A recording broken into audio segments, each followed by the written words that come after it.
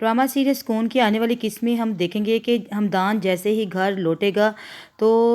ऐना उसके गले लग के रोने लगेगी। ऐना की इस हालत को देख के हमदान ना सिर्फ परेशान हो जाएगा बल्कि वो उसके तो वहमो गुमान में भी नहीं था कि ऐना का ये हाल होगा। तो ऐना उसको बताती है कि लाइट चली गई थी जिसकी वजह से मैं अंधेरे से बहुत ज़्यादा डर। तो हमदान को बहुत पछतावा होगा, उसे लगा होगा कि मुझे रमज़ानी को ऐना के पास छोड़ के जाना चाहिए था, मुझे ऐना को कभी भी अकेला नहीं छोड़ना चाहिए था। तो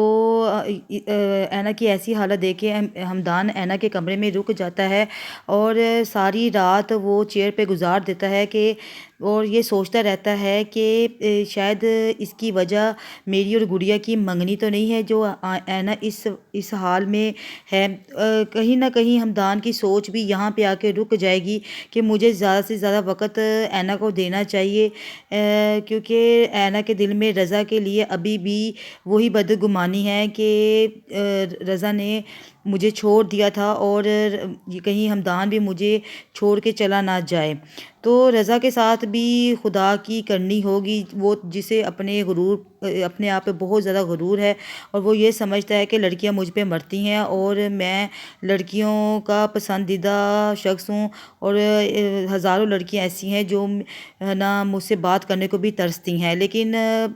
रज़ा का गुरूर भी बहुत जल्दी मिट्टी में मिलने वाला है, क्योंकि रज़ा ये जानता नहीं है कि जिस लड़की के साथ उसका टाकरा हुआ है वो बहुत ही अकड़ मिजाज लड़की है और अभी भी उसके कितने रिश्ते इसकी अकड़ मिजाजी की वजह से टूट चुके हैं। लेकिन रज़ा का बाप तो लालच से भरा हुआ है, वो चाहता है कि मेरा बिज़नेस ज़्यादा से ज़्यादा तरक्की करे। तो वो रज़ा को मजबूर करेगा कि तुम जाके नताशा से माफ़ी मांगो और नताशा को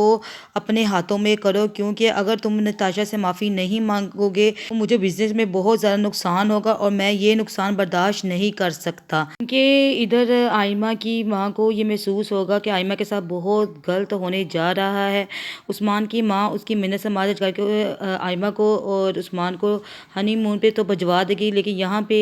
उस्मान उसको ना कमरे में बंद कर देगा और उसकी तकलीफ वो चीखती चलाती रहेगी, लेकिन उस्मान के सर पे एक जूं भी नहीं रेंगेगी। ड्रामे की आने वाली किस्त में हम ये भी देखेंगे कि जिस तरीके से रज़ा हाथ जोड़ के नताशा से माफ़ी मांगेगा तो रज़ा की माँ को ये बहुत ही ज़्यादा बुरा महसूस होगा, क्योंकि सोसाइटी में उनका भी एक नाम है और जिस तरीके से नताशा ने उनसे उनके घर वालों की बेइज्जती की है तो सब रज़ा की बर्दाश्त से बाहर होगा और वो अपने बाप से साफ साफ कह देगा कि अगर इसने यही रवैया रखना है तो मैं ये चीज़ें ज़्यादा देर तक बर्दाश्त नहीं कर सकूँगा और फिर ना मुझे कहिएगा। तो यहाँ पे हम देखेंगे कि गुड़िया की माँ अपने हस्बैंड से कहती है कि ये सब चीज़ें ज़्यादा देर तक नहीं चल सकती। तो